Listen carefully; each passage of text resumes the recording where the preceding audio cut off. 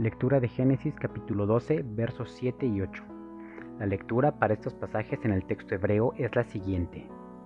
Vayera Adonai el Abraham Vayomer, Le Saraja eten et haaretz azot, Vayivem sham mitzveach le Adonai, Anir'e elav, Vayatek misham haar mikdem le Betel, Vayita olo beit el mijam, Ve'ai mikedem, Vayivem misham mitzveach le Adonai, Vaikra beshem Adonai. Este pasaje se traduce de la siguiente manera. Y se hizo visible Adonai para Abraham y le dijo, a tu descendencia entregaré esta tierra. Y construyó ahí un altar al Eterno que le apareció. Y avanzó desde ahí a la montaña del este hacia Betel, y extendió la tienda de Ellan, con Betel hacia el mar, y Ai hacia el nacimiento del sol. Y construyó ahí un altar para Adonai, y proclamó en adoración el nombre de Adonai. El pasaje que acabamos de leer es un texto fundamental en la historia del pueblo de Israel, pues en él encontramos el primer acercamiento que el padre Abraham tiene con la tierra prometida, y la promesa de que su descendencia recibiría la tierra en posesión. El texto también señala uno de los eventos más singulares dentro de la historia, y esto es que el Eterno y Santo se manifiesta también de forma visible.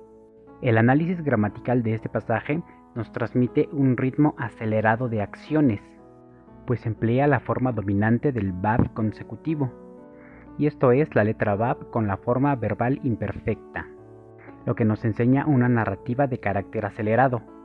Esto se entiende a través de las expresiones como Vayera, Vayomer, Vayiven, Vayatek, Vayet, Vaikra. Expresiones que se traducen de la siguiente manera: y se apareció, y dijo, y construyó, y se movió, y extendió, e invocó. Mismas expresiones que señalan una cadena de eventos muy dinámicas. El Eterno se aparece, Él habla, Abraham construye, Abraham se mueve, Abraham adora. La primera línea que aparece en el verso 7 dice, Vayera Adonai el Abraham.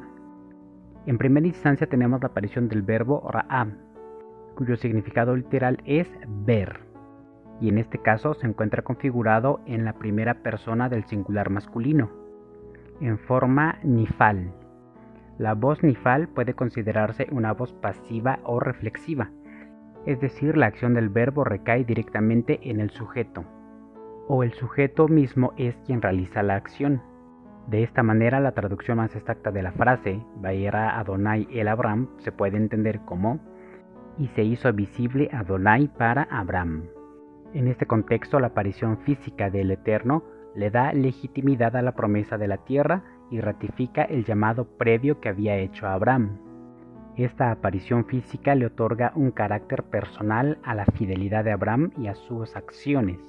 La siguiente línea en el texto dice, Vayomer le asarja eten et haaretz azot, en donde encontramos el sustantivo zera, que proviene a su vez de la raíz hebrea zara, que significa sembrar la semilla.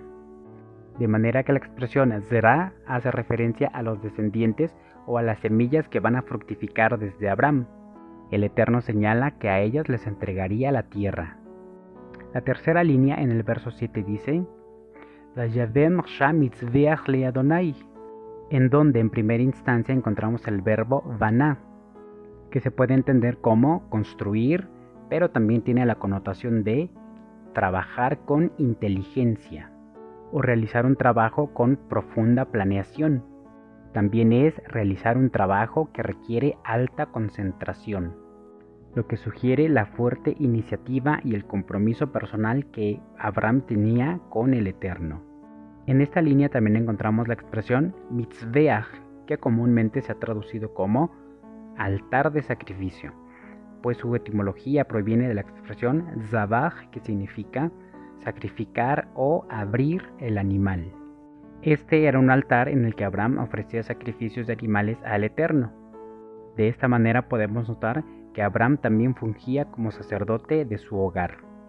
La primera línea que encontramos en el verso 8 dice, Vayatek misham haar mikdem le Beitel, y eso se traduce como: y de ahí avanzó a la montaña al este de Betel.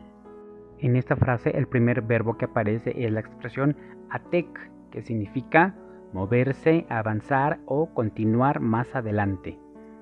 La segunda línea en este pasaje dice: Vayet aolo beit el miyam, en donde encontramos una palabra muy singular, y esta es aoló, que proviene de la expresión hebrea ogel, que significa hogar, tienda, tabernáculo, morada o cubierta, y proviene a su vez de la expresión hebrea ajal, que significa tener brillo, por la luz o el destello de las hogueras que iluminaban la tienda y que eran perceptibles a gran distancia. En el texto la expresión es aoló, que comúnmente se ha traducido como su tienda, y en el texto esta expresión culmina con la letra Hei, lo que parecería un error gramatical, pues la expresión correcta sería escribir la frase aoló con una letra Vav al final. Dentro de la gramática hebrea, la letra Hei al final de una expresión se utiliza para convertir al sustantivo al género femenino, de manera que la traducción correcta de la expresión aoló finalizando con una letra Hei sería la tienda de ella, lo que nos señala que en la antigüedad las tiendas eran propiedad exclusiva de las mujeres y los hombres habitaban al exterior.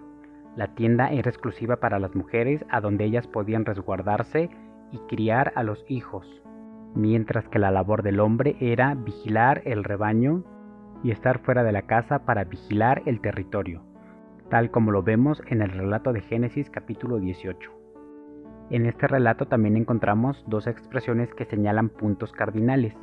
El primero es mikedem, que se puede traducir como este, y el segundo es miyam, que se puede traducir como oeste.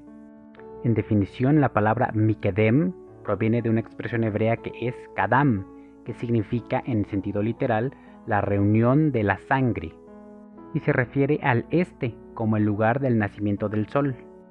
Al alba, cuando el sol sale, tiñe al cielo de un color intenso rojizo.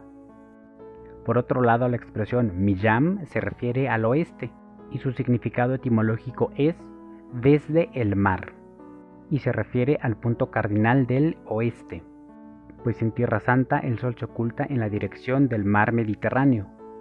El texto cierra diciendo Vaikra Beshem Adonai, y esta frase se puede entender como y llamó ahí el nombre del Eterno, acto que puede implicar una proclamación pública, es decir, Abraham anunciaba el nombre del santo a los habitantes de Canaán. También implica una adoración solemne y formal, y en un tercer paso también indica una búsqueda de conexión espiritual, era entrar en comunión personal con el Dios que lo había llamado.